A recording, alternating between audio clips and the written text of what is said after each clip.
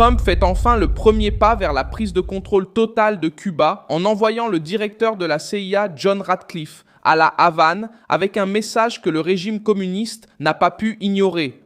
Soit l'île change en profondeur, soit elle fera face à la pression totale des États-Unis dans l'arrière-cour même de l'Amérique en ce 16 mai 2026. La visite a clairement montré que Trump ne considère pas Cuba comme un ancien symbole de la guerre froide, mais comme une base affaiblie, sans carburant, sans puissance économique, dépendante d'alliés hostiles, et maintenant obligée de négocier avec Washington. Pendant ce temps, la vieille famille, Castro, revient dans le viseur.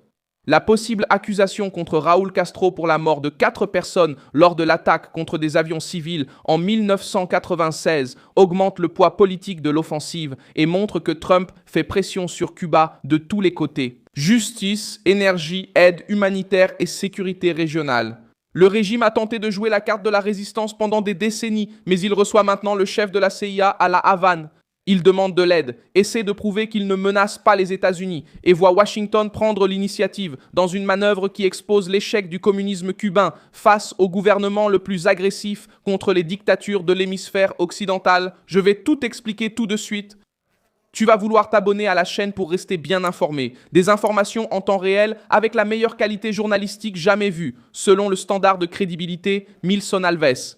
Ratcliffe s'est réuni à La Havane avec des responsables liés au ministère de l'Intérieur cubain et avec des personnes proches de la structure du renseignement du régime.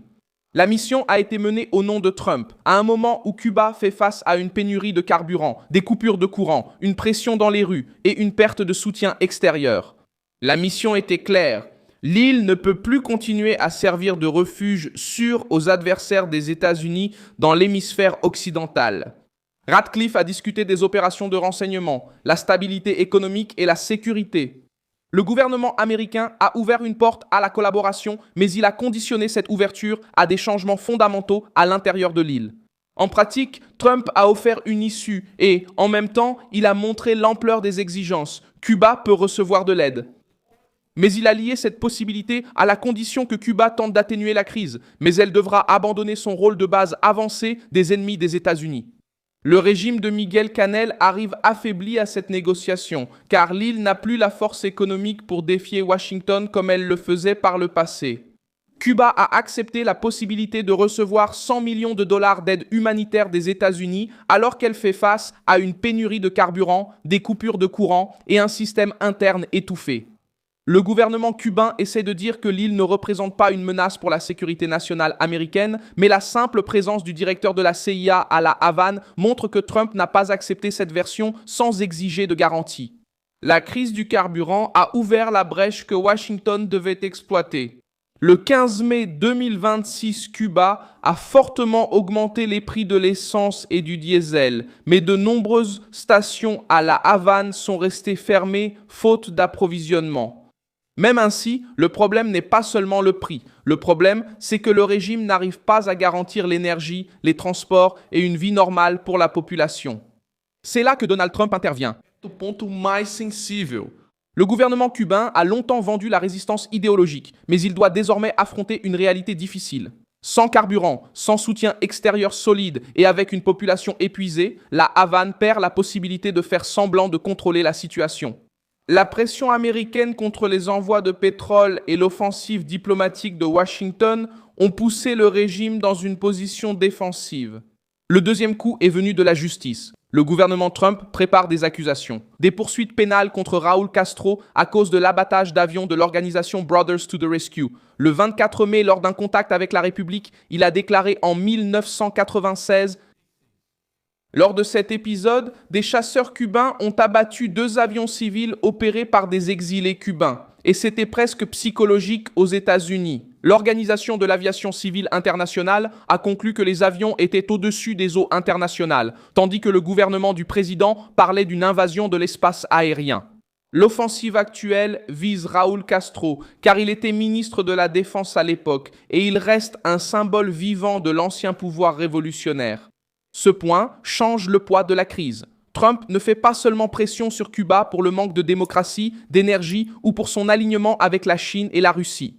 Il place la famille Castro au centre d'une accusation criminelle. Le message est fort parce qu'il touche le cœur du régime. La vieille garde n'est pas intouchable.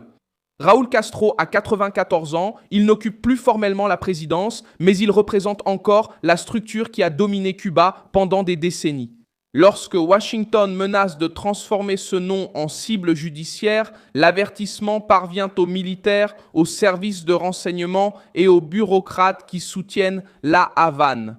Le plan a également une lecture politique claire à l'intérieur des États-Unis. Miami, les exilés cubains et la base anticommuniste. Ce mouvement apporte une réponse laissée de côté depuis trop longtemps. Pendant des années, l'affaire des avions abattus est restée comme une blessure ouverte. Maintenant, Donald Trump utilise cet épisode pour montrer que l'époque où l'on traitait la dictature cubaine comme une curiosité folklorique est terminée. 4 personnes sont mortes lors de cette attaque et la poursuite judiciaire intervient justement au moment où le régime est sans carburant, sans stabilité, sans la même protection internationale qu'auparavant. Marco Rubio joue également un rôle central dans ce tournant. En tant que secrétaire d'État et issu de la communauté cubano-américaine, Rubio soutient que l'économie de Cuba ne changera vraiment que si le système de gouvernement change.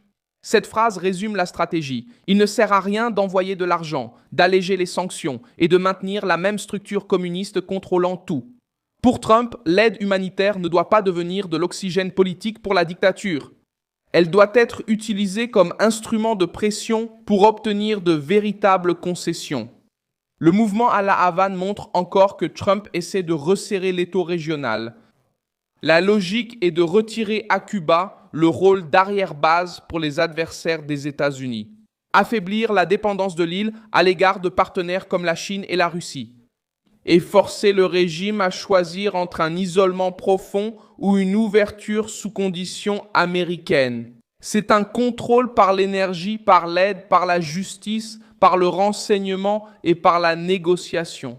C'est Washington qui reprend le contrôle de l'échiquier près de sa propre côte. Cuba tente de résister dans son discours.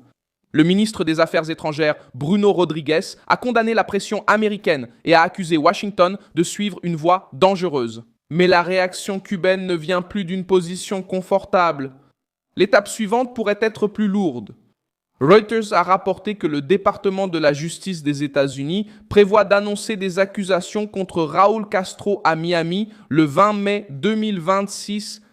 Si cela avance, la Havane devra faire face en même temps à une crise interne, à une pression économique, à des exigences humanitaires, à une visite de la CIA et à une attaque directe contre le symbole suprême de la famille Castro.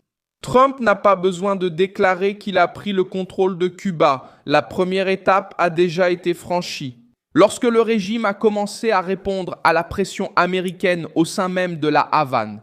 Je suis Milson Alves, internationaliste, et mon objectif est de vous tenir bien informé en vous disant la vérité chaque jour. Les liens des actualités se trouvent dans la description de la vidéo. Laissez un like sur cette vidéo, abonnez-vous à la chaîne et, à la fin, jetez un œil aux commentaires pour être encore plus impliqué dans la communauté Milson Alves.